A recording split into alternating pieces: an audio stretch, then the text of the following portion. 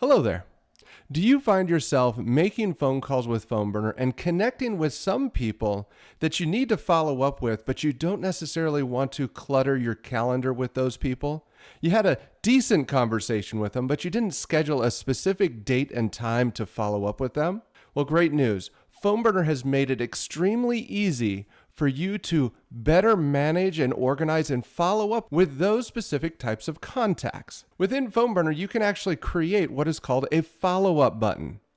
And you'll see that on the screen here. This follow-up button is configured in a way that I actually have to set a follow-up date before I can click the follow-up button. And like any other button in PhoneBurner, when you click that follow-up button, that contact can get moved into a specific follow-up folder.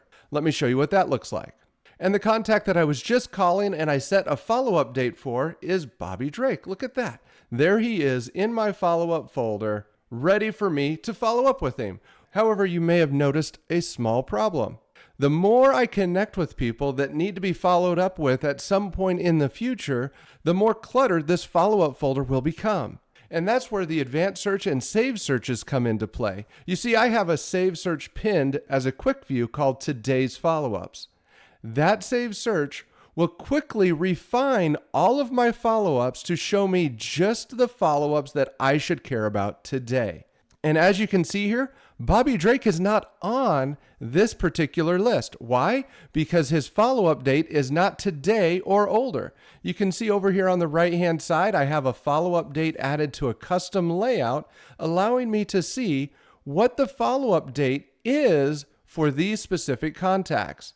You can see I have 2 that are due today and 3 that are past due.